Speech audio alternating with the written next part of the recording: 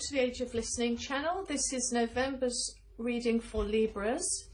I had, as I was meditating for the earth signs, a really empowering but quite strong message for all of the air signs.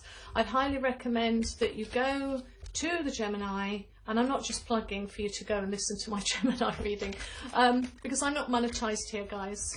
Not yet, anyway. So just go and have a listen. And I'll think about that one. But go and listen to it, because it's actually really important. I will give you a brief synopsis for those that can't be bothered. But the message was, don't throw the baby out with the bathwater. Kind of don't be bitter and twisted. Because there's things coming where you really need to be open-minded and probably revisit old ways and see that actually did you miss some blessings because you were very judgy in the past. And so, you know, what do they say? Everything to a hammer looks like a nail. That can be the case. Okay. So, but have a listen, because I said it an awful lot nicer than I just said it now. Right, okay. So specifically for you then, your oracle card, which is going to sum up the whole deck, is, oh gosh, okay. So I had this in Aquarius's reading. Ocean of emotion. Find a safe place to express your true feelings. Because you're going to be asked to explore and expand on what you've been feeling about certain things. It can be your past, and because what I go into is that with all air signs, they get kind of bitter and twisted very early on, and it's a protective mechanism. All of the different elements of birth signs, they all have a different way of protecting themselves. Air signs, it happens to be throw the bath water out of the window. Oops, the baby's gone with it. Oh dear. Oh well. I'd rather not take the chance of being hurt again. I'd rather not take the chance, you know. I know quite a lot of air signs, and I've got to be honest, unless you've got a huge balance of Taurus in you, Leos, I think, as well, but you can be very dogmatic when it comes to judging people, and I go into, in the Gemini, an awful lot nicer, a bit nicer, a bit more, bit nicer, put it that way. But anyway, it was very, very important, and I would, because it's all about blessing. It's all about helping you grow and experiencing, because your guide, or my guide rather, wants you to progress forward, like the Tower card. And if you don't readdress past issues, you're actually going to halt future blessings. And that's what I was told. Okay, one more shuffle, and then we're done. That was a very bad shuffle. Let's do that again. Okay. Cut the deck. You are in the space of the Four of Cups. Now, the picture's not brilliant, but the Four of Cups is actually very good. It's about stability and structure, and you're being classified as the Four of Cups. So although she looks blinking miserable, in most tarot decks, she really does. But actually, if she accepted the Four of Cups, accepted the extra cup, then she would be truly representative of what the Four of Cups actually means, which is foundation, stability, and structure, practicality and formations, manifestations. So forget the picture, because I find her really positive. The situation is the Knight of Cups. Ooh, okay, so Knight of Cups being creative, charming, imaginative, heart on your sleeve, appreciative of pretty things, and slightly in the slightly naive. Sorry. But anyway, so you've got Six of Swords. Six of Swords is leaving. It's done. For me, it's better times are ahead. Lessons learned, moving on from the past. Some people say it's moving as well. But sixes always mean harmony, healing and cooperation. And that can just be within you. You're in a place of, in the past, of cooperation. But it can also be moving to a place of liberation. So, general atmosphere at present. Ooh, here's the Ace of Cups. Wow. So, abundance coming. Because it's in the Ace of Cups, it overflows.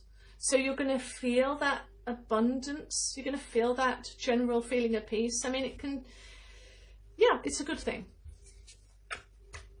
The near future is the Two of Cups. Oh, okay. So partnership, balance, choice, intimacy, merging. The advice is judgment. So rising up, reset, rebuilding, releasing, transformative. So the advice is to be that. And that's probably why my guide wants the air signs to put to bed the things in the past, because you can't rebuild if you've not released. So that's amazing. I really like that. So the advice, I say it again, in order to rise, you have to release. And then you've got the Two of Cups. So to clarify then the Two of Cups, we've got Knight of Wands. Ooh, so something's coming in. So this is where you pursue an idea. It's very impetuous. You know, you're going where others fear, but you're doing it with a lot of enthusiasm. And it can be a traveler's card as well, ready for action. Wow. So let's do a little bit of love.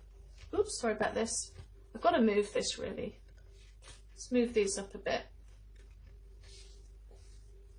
So in the past, you got the Three of Wands, entrepreneur, bit of a party girl in romance. Three of Wands is being, you've got your hand in every pie. But at the moment, there's a bit of chaos. Fives are always about conflict, promoting change, instability, competitiveness. Did I say that? And then in the future, you have to make a choice. I mean, if I got these three cards in a row, like I've got now, and I just had those three cards, I would say you kind of went for it, but now it's kind of a bit of chaos is happening, and you've got to make a choice: do you stay or go, if it's a relationship. Or it can be things have been a bit chaotic, you've flown by the seat of your pants, but now you've got to get a little bit of balance back. So let's look at the far future. Yeah, so it's choices, because you've got Two of Wands. You've got Two of Wands. Let's move on then. Yeah, so it's a reset. So you're coming out of troubled waters, and you have the World card. So it's a reward at the end of a cycle. Let's look at finances then. This is my benefits card, just letting you know. A little bit of karma. That's not to say people who are on benefits are in karma. That isn't what I meant. But it's about giving and receiving. But it matters, are you on the giving or are you on the receiving end? But there's definitely transactions happening. And when you look at the Rider-Waite-Smith deck, mattering to if you're a manifestor or a moper will dictate if you receive or you don't. But it's definitely a cycle that probably you need to work, that you in the past you've had to deal with. And there we've got justice. So yes, very much, I think this is the Libra card. So you're kind of, you are, how do I put this nicely? I don't view this as the 11, I view this as the 8, because Rider-Waite-Smith changed it from the, changed this from 8 to 11, but it doesn't make any sense that way. But I'm not even going to go in why they changed it. But anyway, it's actually an 8. And so this is karmic lesson time. It's all about materialism. It's about earthly influences to do with wealth and success on a material plane. And there will be a reversal. So that's good. Reversal into good or bad. Don't scream at, don't go, oh no. Okay, so I don't view the Three of Swords as this negative, heart-shattering clouds and storm. Threes are always positive, guys. It's about growth, creativity, three swords coming together, talking, hashing out good ideas. It's about groups that are coming to some form of clarity. So let's look a little bit closer then. And you've got the Ten of Swords. So you're going to come out of this situation with full clarity. That's amazing. I think we do need to do some clarifying cards because, yeah, in fact, I'm not going to choose, I'm being told to pick a different deck, so I'm going to pick a different deck. So you're getting full clarity. Is this good clarity?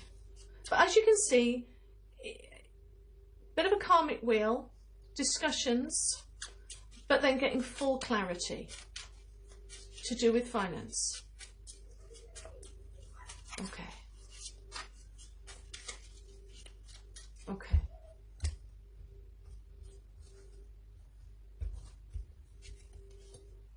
Yeah, so you're being offered a better place. You've got the Four of Cups there, which is good in its stability and structure. So that full clarity will lead to a practical stability. Let's look closer at the future, because this is near future. Let's look a little further, and it will bring balance. There is going to be balance. So all the way through here, if we look at the timeline, you are going to be balanced. You have got, I hope that's in camera, you have got the wild card of rewards for finishing the game, and we have full clarity and leading to greater stability. And you're being asked with the Ocean of Emotion to find a safe place to express your true feelings, and also find a medium to express those emotions. That's just come to me. It can be through painting. It can come through doing some form of DIY that's very cathartic. But get it out. Get out all of that gunk. Listen to my Gemini for the first few minutes of what my guide has to say for you, and enjoy November. You're on a great path. Like, subscribe, share, tick the bell, do everything. You know the drill. It's a way to thank me. All right. Bye, guys.